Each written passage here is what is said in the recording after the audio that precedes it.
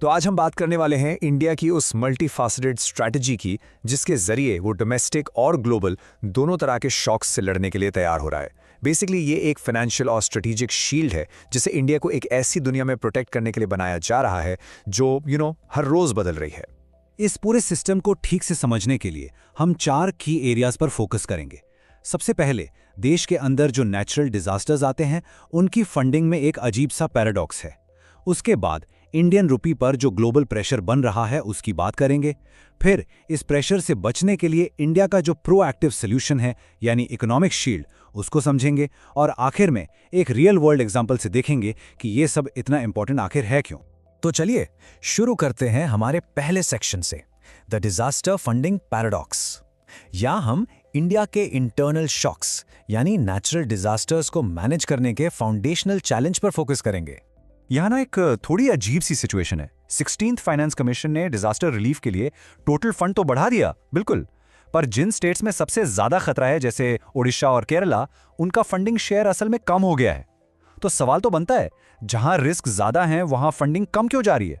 ये स्लाइड इस प्रॉब्लम को बिल्कुल साफ साफ दिखाती है।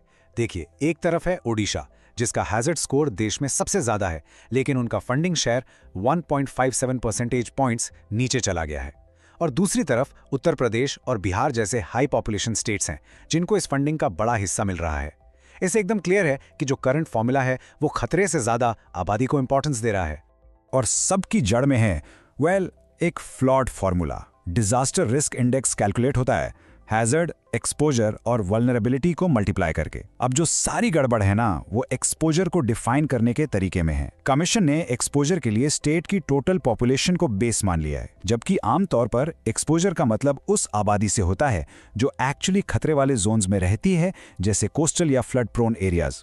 और इस गलत फॉर्मूला का असर सीधा इंडिया के डिजास्टर फाइनेंसिंग स्ट्रक्चर पर पड़ता है। आप इस सिस्टम में देख सकते हैं कि state disaster risk management fund यानी SDRMF स्टेट लेवल पर सबसे इंपॉर्टेंट फंड है। तो जब इस फंड को बांटने का बेस ही गलत हो तो पैसा वहां पहुंच ही नहीं पाता जहां उसकी सबसे ज्यादा जरूरत है, और इससे पूरा रिस्पॉन्स और मिटिगेशन साइकिल डिस्टर्ब हो जाता है।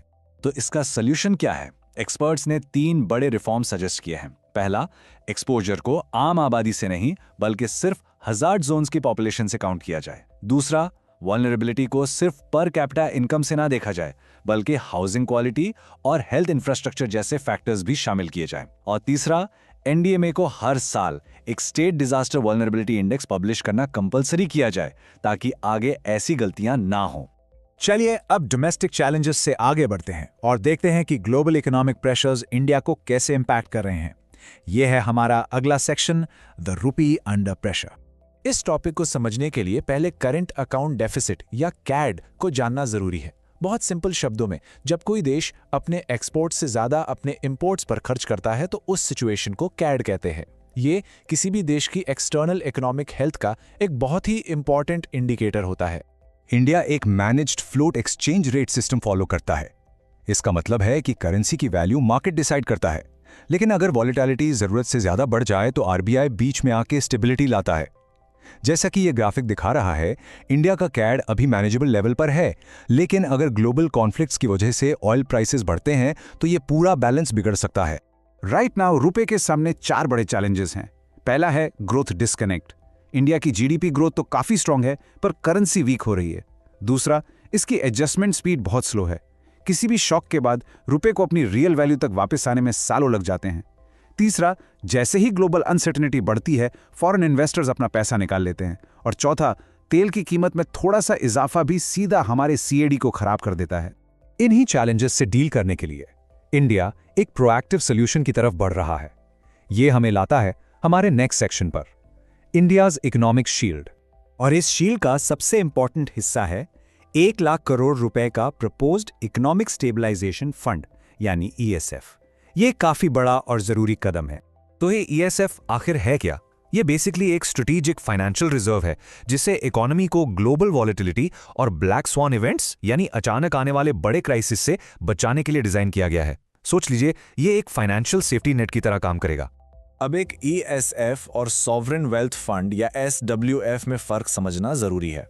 देखिए, एक SWF का मकसद होता है स्ट्रेटेजिक इन्वेस्टमेंट्स के जरिए देश के लिए लॉन्ग टर्म वेल्थ क्रिएट करना, इसके बिल्कुल ऑपोजिट ESF का काम है शॉर्ट टर्म स्टेबलाइजेशन, अचानक आए शॉक्स जैसे ऑयल प्राइस हाइक को अब्सॉर्ब करना और क्राइसिस के टाइम पर फिस्कल डिसिप्लिन बनाए रखना। इसकी ज़रूरत अचानक अभी क्यों पड़ गई? इसके 3 बड़े कारण हैं। पहला, बढ़ती हुई ग्लोबल अनसर्टेनिटी और सप्लाई चेन डिस्ट्रप्शंस। दूसरा, हमारे पास जो अभी के टूल्स हैं जैसे इमरजेंसी में लोन लेना, वो उतने रिलायबल नहीं रहे। एक डेडिकेटेड फंड एक ज़्यादा प्रिडिक्टेबल ऑप्शन है। और तीसरा, ये फंड हमें इमरजेंसी में खर्च करने की आज़ादी देता है बिना हमारे लॉन्ग टर्म फिस्कल डेफिसिट के टारगेट्स को डिस्टर्ब किए।